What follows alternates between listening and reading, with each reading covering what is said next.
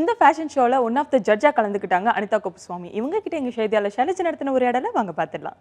எப்படி இருக்கீங்க மேம்? ரொம்ப நல்லா இருக்கேன் பாருங்க. இப்போ இன்னைக்கு miss and missus Chennai competition நடக்க போகுது. முதல்ல நீங்க ஜட்ஜா வந்திருக்கீங்க. அதை பத்தி சொல்லுங்க. எது உங்களை வரவழைச்சது இங்க? எதுன்னா இது பார்த்தீங்கன்னா, இதில் ஒரு நாகரீகமாக நடத்துகிறாங்க. பொதுவாகவே இன்னைக்கு நேற்று கிடையாது. நான் வைகோக்கு பார்த்தீங்கன்னா கிட்டத்தட்ட ஒரு 5-6 வருஷமாக வரேன், ஜட்ஜாக வரேன். நான் ஊரில் இல்லாதப்போ தான் கலந்துக்க முடியாமல் போயிடுது. அப்படி இருக்கும்போது பார்த்தீங்கன்னா, இது மிஸ் சென்னை இவங்க பார்த்தீங்கன்னா ஒரு கோட்பாடுகள் வச்சுருக்காங்க. அந்த கோட்பாடுகளுக்கு ஒரு இலக்கணம் வச்சுக்கிட்டு அந்த இலக்கணத்தை தாண்டாமல் செய்கிறாங்க.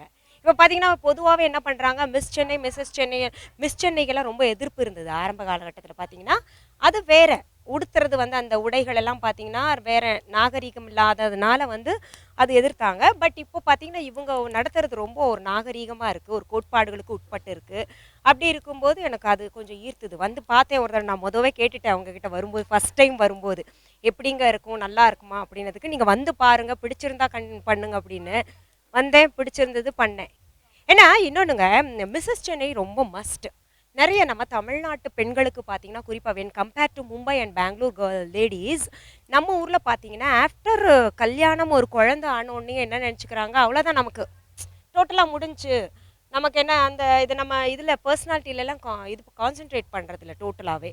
அது கொஞ்சம் எனக்கு உறுத்தலாக இருந்ததுங்க. எல்லாருமே கான்சென்ட்ரேட் பண்ணணும், ட்ரெஸ்ஸிங் நல்லா பண்ணணும். எப்போவுமே பார்த்தீங்கன்னா அதெல்லாம் கான்ஃபிடென்ஸ் அதிகரிக்கும் நமக்கு.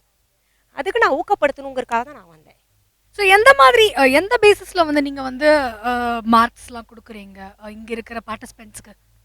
ஒன்று பார்த்தீங்கன்னா அவங்களுடைய how they carry their dress, அது ஒன்று இருக்கும். அப்போ அவங்களுடைய இன்டெலிஜென்ஸ் வெளிப்படுத்துகிற மாதிரி ஒரு ரவுண்ட் கட்டாயம் இருக்கும்.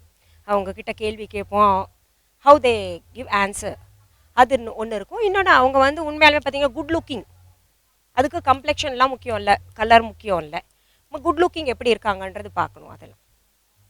ஸோ நீங்கள் எப்போ மேம் கலந்துக்க போகிறீங்க? இவ்வளோ பயங்கரமாக பேசுகிறீங்க, சப்போர்ட்டிவாக பேசுகிறீங்க. நீங்கள் எப்போ தான் கலந்துக்க போகிறீங்க? ஆடியன்ஸ் சார்பாக நான் கேட்குறேன். அதான் இன்னைக்கு வந்திருக்கேன்ல. அங்கே கலந்துக்க போகிறது என்னைக்கு? ஐயோ, ஏங்க இப்படியெல்லாம் டெலிகேட்டாக கேட்டு என்னை அப்படியே வெட்கப்பட வைக்கிறீங்க நீங்கள். வெட்கப்படாத ஒருத்தரை போய் இல்லை உண்மையாக பார்த்தீங்கன்னா நம்ம எல்லாம் கலந்துக்கிறத காட்டிலும் நான் இவங்களெல்லாம் என்கரேஜ் பண்ணணும். அதுதான் எனக்கு ஆசை. Thank you ma'am.